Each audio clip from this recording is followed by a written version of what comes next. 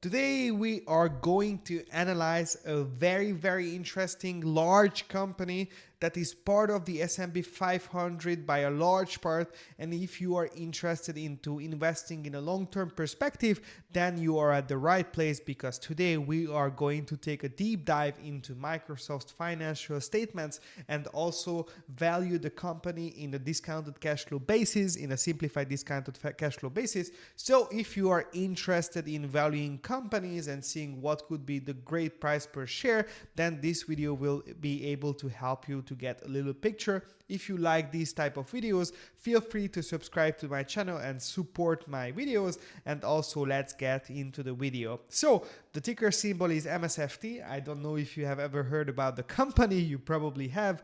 We use it daily in our life. If I'm on a Windows computer, so obviously I use it every day.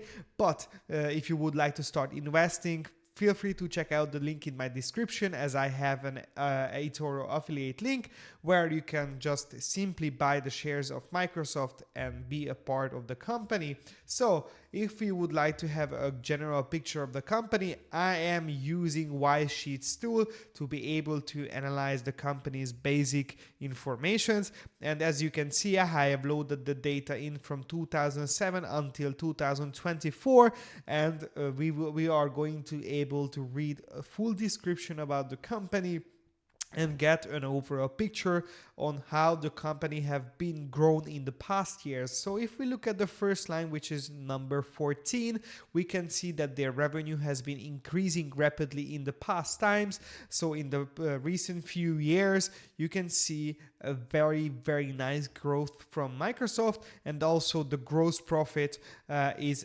increasing in the real time, which makes the company have an amazing 70% gross margin in total. Many companies would love to see this in their books. Microsoft, obviously a technological company, so their margins are averagely much higher than companies like Coca-Cola or Pepsi. So if we look at this, mostly these companies will be much higher valued per share than Coca-Cola or Pepsi. But there is always a good thing to know about the company in general. So if we look at the row 18, we can see their net income, and their net income is amazing. If you see the past years, the company has been so significantly growing their profits that even the net margins has increased from 2019 from 31 until 2024 36. So the company has been able to gain nice net margins for their profitability. This is absolutely amazing.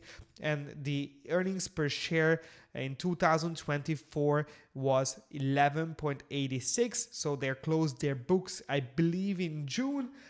So we can already see the 2024 numbers in that perspective. Obviously, companies can decide if in what month they would like to close their book. And if we see the free cash flow has been also increasing in the past years, which makes our job much easier in terms of valuing the company. You can see a clear line and the trend in growth of free cash flow. So this will help us a lot in terms of the discounted cash flow model. So if we go down a little bit in the Excel sheet, we can see that their price to earnings ratio has been rapidly increasing in the few years, which can lead us to being able to identify that the company is overvalued in terms of the price to earnings ratio. Obviously, it's always a question how much you would like to pay for the company per share. If you would like to purchase it in a higher level, that's obviously up to you. But make sure that if the PE ratio is higher than the average, or it's 30 something, then it's probably overvalued in terms of the current financial state of the company. And the current ratio, which is the current assets slash the current liabilities, is above 1. So we can see that the company has a healthy financial situation on the short term. The return on equity is absolutely amazing. And you can even see that the dividend of the company has been increasing a lot in the past years. although there has been a general small slowdown in 2024, this is absolutely healthy. A company should pay out a dividend if they have enough cash after taxes and everything.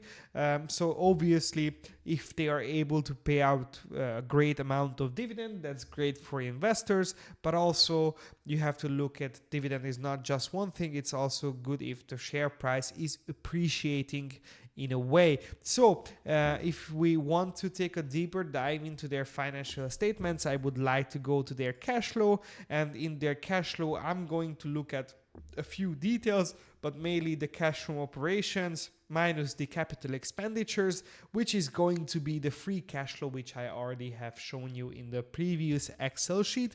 But obviously, it's good to have a great picture in general, since the capex has been increasing in 2024 and the company is still expecting it to grow in the upcoming Qs. It is due to the lot of AI investments. Obviously, this is great for the long term of the company if they are able to turn their capex into net income in the future, or revenue at least. We can also see, I also want to highlight the data that the company has been repurchasing shares extremely rapidly, which is great for investors who are holding their shares. But the best part of it is obviously valuing the company. So we are going to take a deep dive into discounting back the future free cash flows. But for that, we need first the free cash flows from the past years.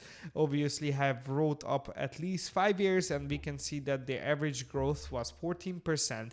For now, you have to take at least the 10-year future free cash flows, and then you will have to discount it back to the current value of it, and then you just have to use the cash and cash equivalents total debt, and then you will receive the equity value, and you are going to divide that by the shares outstanding, where you will receive the discounted cash flow price per share. Obviously, this is a simplified version, so I'm not looking at the EBITDA or EBIT or whatever, but I'm only focusing on to their free cash flow, so only simplifying it. And the discount rate, which is the WACC, is going to be 7%. You can set up a 2% safety of margin, for example, and then be able to identify the WACC at 11, for example, where you will see that the valuation will be pulling down rapidly. So you can adjust this by two metricals, so obviously the growth rate and the discount rate. You can see that their minimum is 9% and their maximum is 12%. So if you would like to take this scenario, maybe a 10% or an 11% is super healthy. And obviously, saying how long term should be is very hard because you are forecasting it for the next 10 years. So the company can have a lot of bad things in the future, but obviously you have to go with a number where you are super optimistic that you can keep these for the next year. So since I am looking for companies that are being or that are undervalued, Microsoft is not there.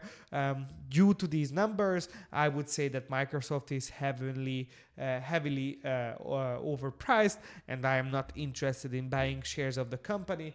But I just wanted to highlight a few informations in regards to the company. If you have any questions, feel free to let me know in the comment section, and check out the before videos which I have posted on YouTube. Subscribe to my channel. See you in the next one. Goodbye.